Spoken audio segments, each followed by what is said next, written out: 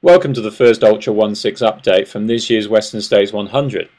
Over the next few days we're hoping to bring you some insights into what makes this probably the most iconic of all ultramarathons on the calendar. We've got our own Andrew Vise running this year and he's in great shape.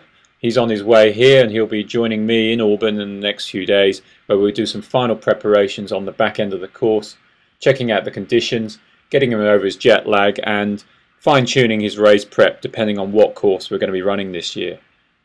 Auburn itself is a fantastic place to base yourself. It's got everything a runner would ever need. You can pick up supplies here, great restaurants for eating. For those of you who want to mix up their training a bit, a fantastic bike store. And everybody you meet in the street has something to do with the race, whether it's they're competing, pacing, volunteering, or run it in the past. Conditions of the race are looking great. Weather at the moment's in the high 80s, early 90s, and one of the first things I'm going to do is go out on the final sections of the course and check it out.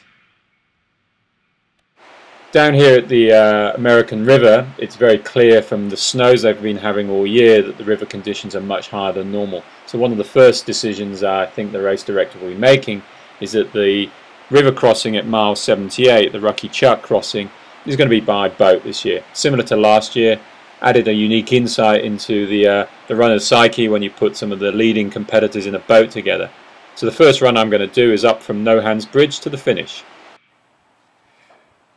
So here I am at the finish of the Western States 100. It's the Lefebvre Stadium. It's Placer High School in Auburn, and it's a great spot to obviously end an iconic race like the Western States. I've just done the last 2 hours up from No Hands Bridge, back up through the river valley, up to Roby Point, and then the back streets, which, yeah, there's still some decent hills left to go until you get the final 2-kilometre downhill into the stadium, and then you've got 300 metres around this iconic track. It's early morning. I've been out since the early hours, and it's already in the high 80s, so imagine what it's going to be like on race day. Another 2 weeks to go. The weather's definitely getting warmer and the atmosphere is obviously building, and I'm looking forward to exploring the next couple of sections of the trail later this afternoon and over the next couple of days prior to Andrew's arrival. So I hope you look forward to some more of these updates.